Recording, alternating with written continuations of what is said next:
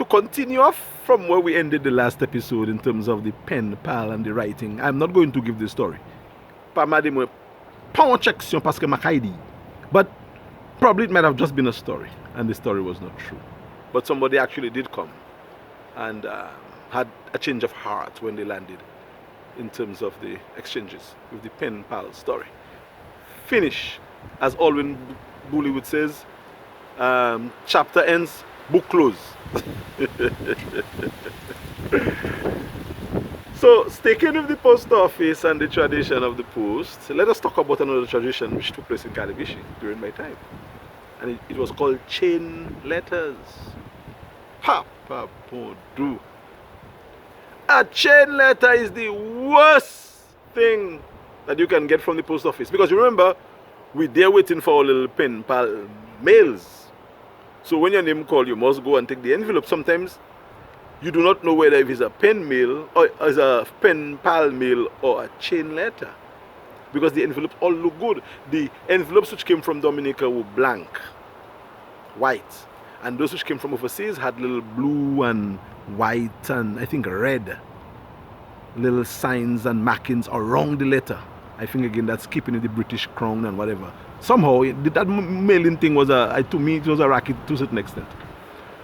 But the chain letter tradition now is something that is like, you know, all you know it, you know. But it's like you write a sentence or a line or a recitation or a verse, and it is written like say 100 times.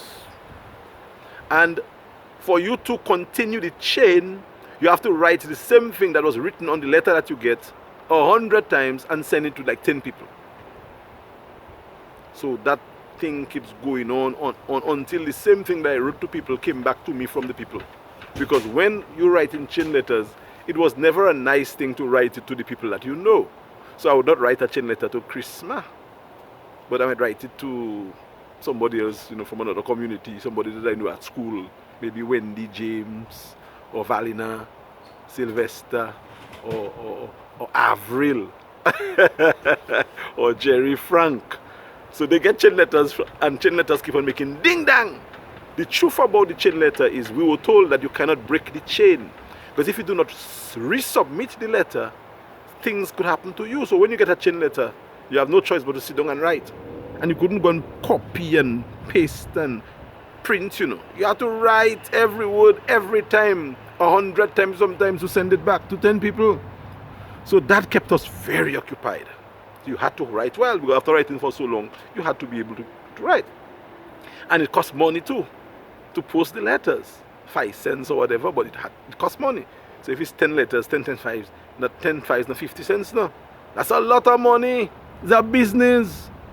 So that chain letter thing continued for a while until we got just angry and we grew up and we decided, chupul, we're going to stop writing letters, whatever happened.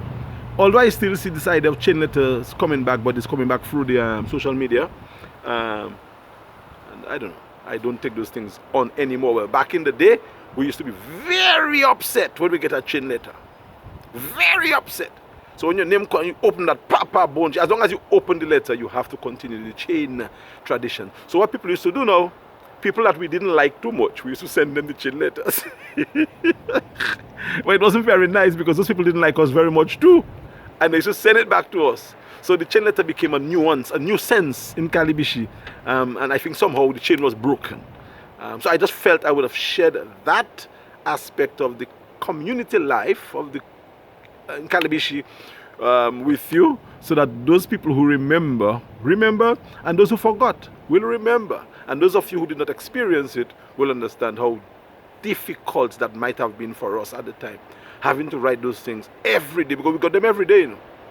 But somebody was smiling because somebody owned the post office business or the postal business, and money was being made. I guess massa was being paid and so on. So in retrospect, I guess it was part of the commercial arrangement of life and of the community back then. And that's it for another episode here on Calibishie Chronicle.